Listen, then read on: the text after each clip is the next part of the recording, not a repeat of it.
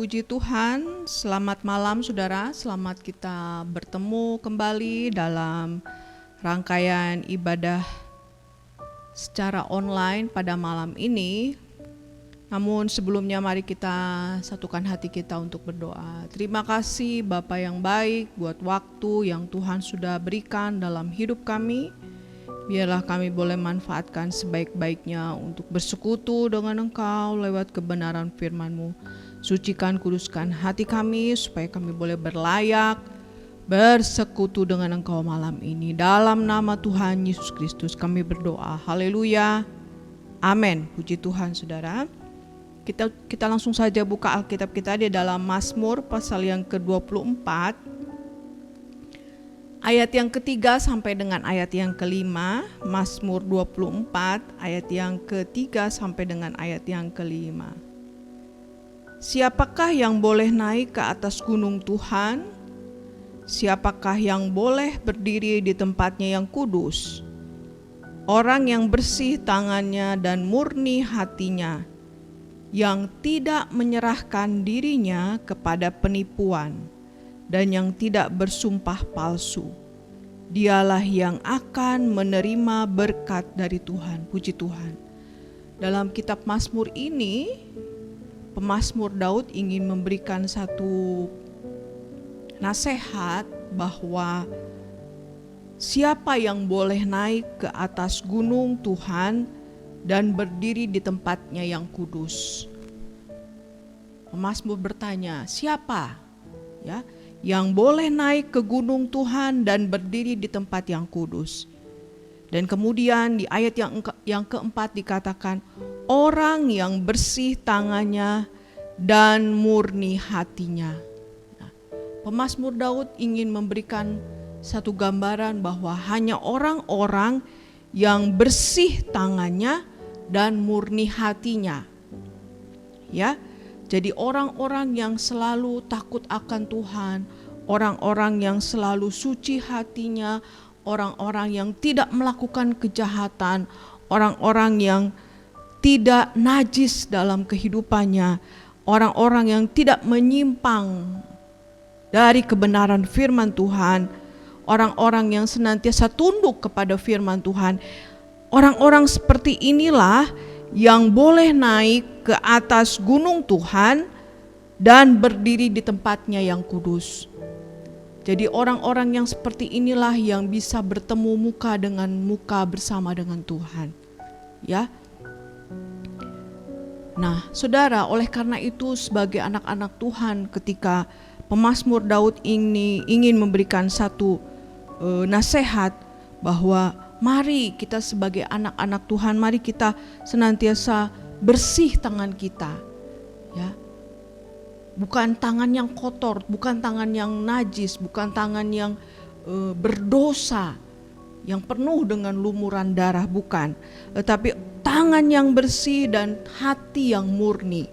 Ya, kalau berbicara tentang hati yang murni, ada banyak sekali ayat-ayat firman Tuhan memberikan satu jaminan kepada setiap orang yang murni hatinya. Atau dengan kata lain yang suci hatinya, yang tulus hatinya. Matius mengatakan bahwa orang yang suci hatinya merekalah yang akan melihat kemuliaan Tuhan. Tapi kalau di dalam Mazmur 73, coba kita lihat dulu. Mazmur 73 ayat yang pertama.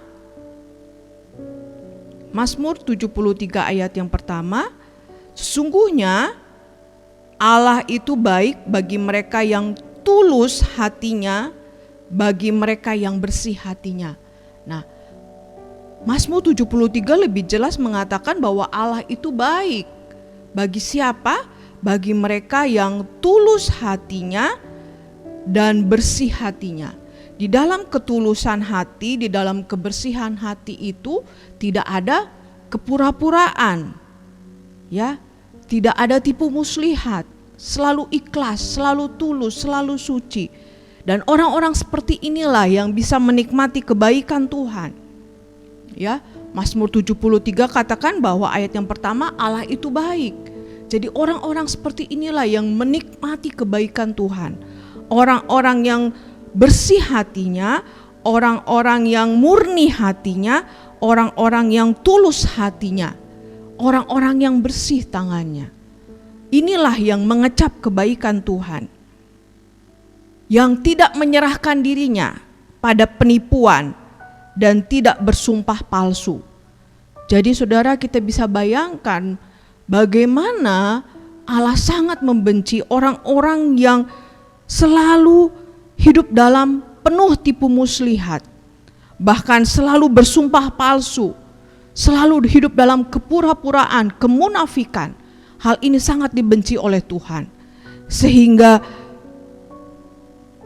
Pemazmur Daud pasal 24 ayat yang ketiga, siapa yang boleh naik ke gunung Tuhan dan berdiri di tempatnya yang kudus? Siapa? Orang-orang seperti apa? Tentu orang-orang pilihan Allah. Orang-orang yang masuk dalam kriteria Tuhan, yang bisa naik ke gunung Tuhan dan berdiri di tempatnya yang kudus. Orang-orang yang bersih tangannya, orang-orang yang murni hatinya, orang-orang yang tulus hatinya, orang-orang yang bersih hatinya. Tidak penuh dengan tipu muslihat, bukan orang-orang yang penuh dengan tipu muslihat. Bukan orang-orang yang selalu bersumpah palsu. Tidak, orang-orang seperti ini tidak akan boleh masuk dalam gunungnya Tuhan dan berdiri di tempatnya yang kudus. Ya, saudara sudah mengerti kan, kriterianya begitu dalam. Orang-orang yang bersih tangannya, orang-orang yang murni hatinya, orang-orang yang tulus hatinya, orang-orang seperti inilah yang boleh naik ke atas gunung Tuhan dan berdiri di tempatnya yang kudus. Sudahkah kita masuk dalam kriteria seperti ini? Mari kita selidiki hati kita. Mari kita periksa, koreksi diri kita. Apakah kita saat ini masih hidup dalam tipu muslihat, kepura-puraan, tidak tulus, tidak ikhlas, tidak bersih hatinya? Jangan harap kita bisa masuk dalam tempatnya yang kudus dan berdiri di gunungnya yang kudus. Jangan berharap seperti itu. Tapi mari, kalau kita mau bertemu muka dengan Tuhan, berada di gunungnya yang kudus, berdiri di tempatnya yang kudus, mari kita mau bentuk kehidupan kita menjadi orang-orang yang suci hatinya, yang murni hatinya, yang ikhlas, yang bersih hatinya, yang bersih tangannya, tidak dilumuri dengan hal-hal yang kotor, tidak dilumuri dengan hal-hal yang menyimpang daripada firman Tuhan. Dan ayat yang kelima dikatakan, Mazmur 24 ayat yang kelima, di situ dikatakan, dialah yang akan menerima berkat dari Tuhan. Nah saudara, bukan saja dia bisa naik ke atas gunung Tuhan dan berdiri di tempatnya yang kudus, tetapi orang-orang yang bersih tangannya, yang murni hatinya, yang bersih hatinya, yang ikhlas, yang tulus hatinya, dialah yang akan menerima berkat dari Tuhan. Luar biasa. Ini janji Tuhan kepada orang-orang yang senantiasa suci hatinya, yang senantiasa bersih hatinya, yang tidak menyerahkan dirinya pada penipuan. Hidupnya tidak penuh dengan tipu muslihat, kepura-puraan. Tidak. Orang-orang seperti inilah yang akan menerima berkat dari Tuhan. Oleh karena itu saudara, walaupun dunia boleh semakin hari semakin jahat, semakin gelap, mereka hidup dalam arus dunia keinginan daging. Sebagai anak-anak Tuhan yang mengerti firman Tuhan, mari kita mau bentuk hati kita menjadi orang-orang yang bersih tangannya dan murni hatinya, dan tidak menyerahkan diri kepada penipuan, tipu muslihat, kepura-puraan, dan tidak bersumpah palsu. Maka saya yakin kitalah orang-orang yang layak untuk naik ke gunung Tuhan, berdiri di tempatnya yang kudus, bertemu muka dengan muka bersama Tuhan. Dan orang-orang inilah yang layak untuk menerima berkat dari Tuhan. Puji Tuhan. Malam inilah yang menjadi kerinduan hati kita. Mari Tuhan, selidikilah hatiku, selidikilah hidupku, supaya hidupku boleh senantiasa kudus di hadapan Tuhan, berkenan, menyenangkan hati Tuhan. Maka orang-orang inilah yang layak untuk menerima berkat dari Tuhan. Puji Tuhan, firman Tuhan tidak saya panjangkan.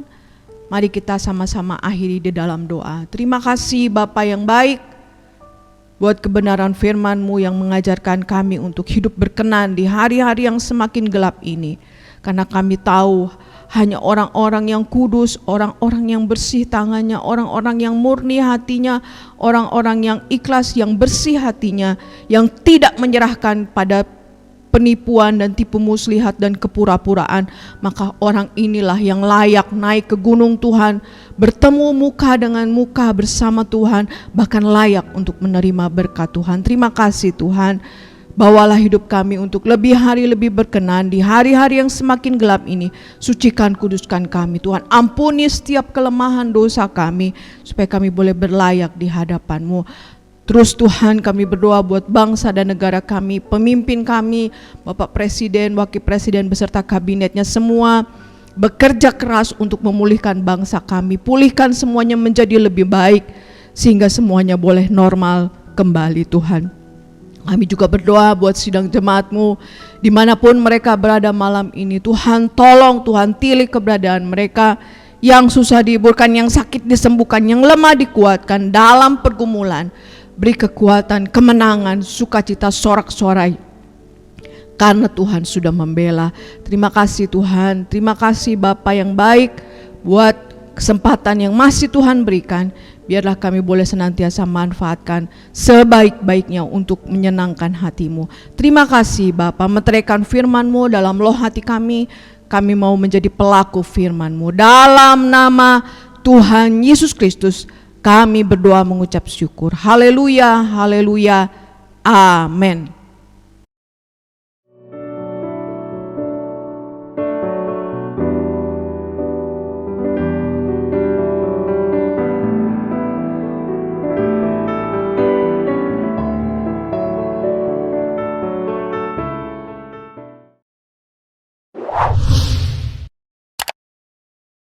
Subscribe channel YouTube GPDI Efrata Yogyakarta dan aktifkan lonceng notifikasinya untuk mendapatkan informasi seputar live streaming dan video khotbah terbaru lainnya. Tombol subscribe berada di kanan atas channel kami dan jangan lupa klik tombol loncengnya.